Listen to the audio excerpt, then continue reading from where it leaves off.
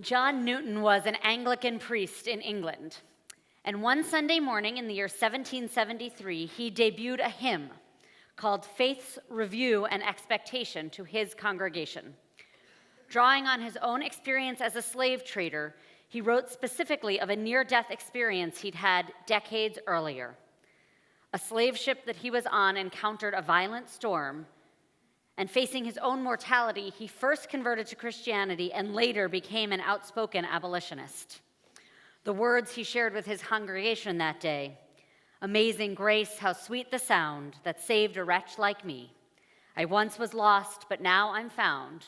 'Twas blind, but now I see." Now, Cantor Lamb probably isn't going to sing this one in Shoal. Don't know. But the words and its story might yet be appropriate for this morning.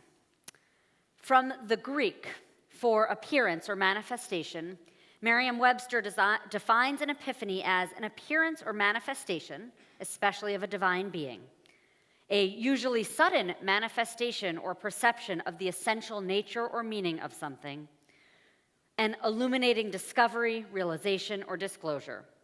"'Twas blind, but now I see." Yesterday, amidst the majesty of the shofar blasts, we met the lowly ram, the one caught in the thicket, the one whose life saves Isaac, the one whose horn sounds our triumphs and our hopes. We meet him in an instant. Vayisa Avraham et einav. Abraham raised his eyes and looked, and behold, there was a ram caught in the thicket. Remarkable, isn't it? Just at his moment of need, a perfect solution appears, as if out of nowhere. Or did it? The rabbis of the Mishnah, the 2nd century, teach that on the eve of the first Shabbat, 10 special miraculous things were brought into the world: the rainbow, the tablets for the 10 commandments, the manna that would sustain our people in the wilderness. And to this list, some add the ram for Abraham's sacrifice. Rabbi Neil Levenger writes, "But what if the miracle wasn't in the ram? What if the miracle was in Abraham? Our verse says, Vayisa Avraham et einav. Abraham lifted his eyes and saw something he hadn't noticed before: a ram caught in the briars and thickets.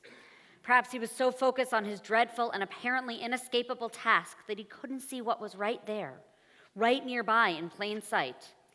In this reading of our verse and our midrash on it, the miracle is that Abraham is able to undergo a change of spiritual understanding just in time and see alternatives just at the moment he is most caught by the horns in a horrible situation. 'Twas blind, but now I see." When the water was gone from the skin, she left the child under one of the bushes and went and sat down at a distance, a bow shot away, for she thought, "Let me not look on as the child dies." And sitting from afar, she burst into tears. God heard the cry of the boy, and an angel of God called to Hagar from heaven and said to her, "What troubles you, Hagar? Fear not, for God has heeded the cry of the boy where he is." This morning, we meet another figure stuck in a horrible situation: a woman lost in the wilderness, a mother desperate to save her child, a person facing an uncertain future, afraid and angry. Hagar has been cast off, sent into the desert, left to wander under the hot sun, her path unclear before her, and this is how we encounter her. In language that for us harkens back to yesterday, but for Torah is meant to foreshadow Abraham and Isaac on Mount Moriah, the repetition of mirachok, at a distance, and ra'eh, to see, is meant to alert us that this character, this complicated figure in our history and our interpretations, is about to experience an epiphany. "Come, lift up the boy and hold him by the hand, for I will make a great nation of him. Vayifkach Elohim et eineha, v'tereh be'er mayim." Then God opened her eyes, and she saw a well of water. She went and filled the skin with water and let the boy drink. Even more than the ram, we cannot be meant to imagine that a spring magically appeared right in the very place that Hagar needed it. Even for the omnipotent God of Genesis, it seems too convenient, too contrived, even unnecessary. The spring doesn't need to miraculously appear. Rather, Hagar needs to open her eyes or have them opened for her.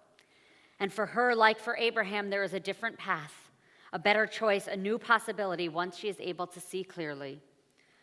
Rabbi Sari Laufer, who made headlines as the first woman ordained in America by an Orthodox institution, writes about this very parallel. She says, "In reading these two dramatic narratives, we're challenged to keep our eyes open, to carefully consider what might be possible in the present and to maintain hope in the future.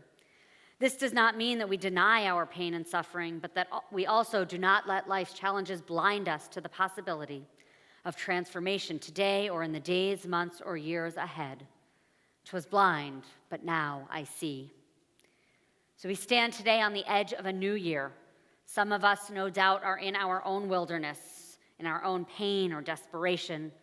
Maybe we feel stuck, like our ancestors before us were perhaps stumbling, blind to any other possibilities or paths ahead. But with a new year, these texts are meant to remind us our new beginnings, new possibilities, new potential. These are days ahead of us of transformation and of renewal and of hope. They are the days of opening our eyes or having them opened for us. So may we, like our ancestors before us, see through the blindness to new possibility. May we open our eyes to endless potential, and may we find our fear and trembling transformed into miracle and gratitude. 'Twas blind, but now I see. Shana Tova.